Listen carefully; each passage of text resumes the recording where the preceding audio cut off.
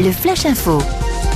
Bonjour à tous. Elle a eu un accident de jardinage mortel à Sartilly. Hier, peu avant 16h, un conseiller municipal de Sartilly, âgé de 67 ans, qui manipulait une machine à fendre le bois, a été mortellement blessé à la tête. Les personnes présentes sur les lieux ont immédiatement alerté les pompiers, mais à leur arrivée, les secours n'ont pu que constater son décès.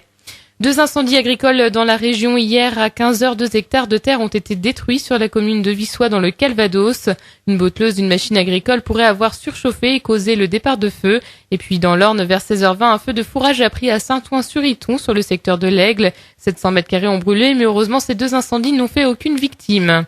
Justice, 3 voleuses professionnelles condamnées à Saint-Lô. Jeudi dernier, 3 ressortissantes serbes âgées de 19, 27 et 30 ans ont été interpellées, puis condamnées en comparution immédiate vendredi après avoir commis 7 cambriolages durant le mois de juillet dans la Manche.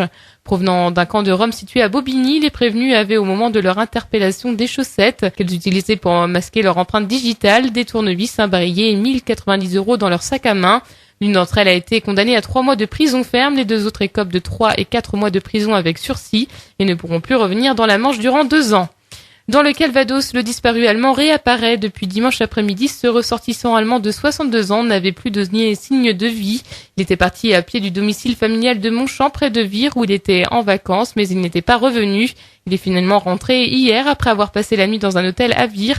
Il aurait indiqué ne pas être rentré à cause de tensions avec sa compagne.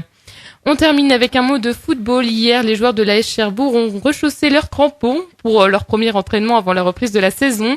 Une saison qui ne s'annonce d'ailleurs pas sous les meilleurs auspices puisque le club ne sait pas encore dans quelle division il jouera. Exclu des championnats nationaux pour raisons financières, il pourrait évoluer soit au 6e ou 7e niveau français. Réponse peut-être dès demain soir.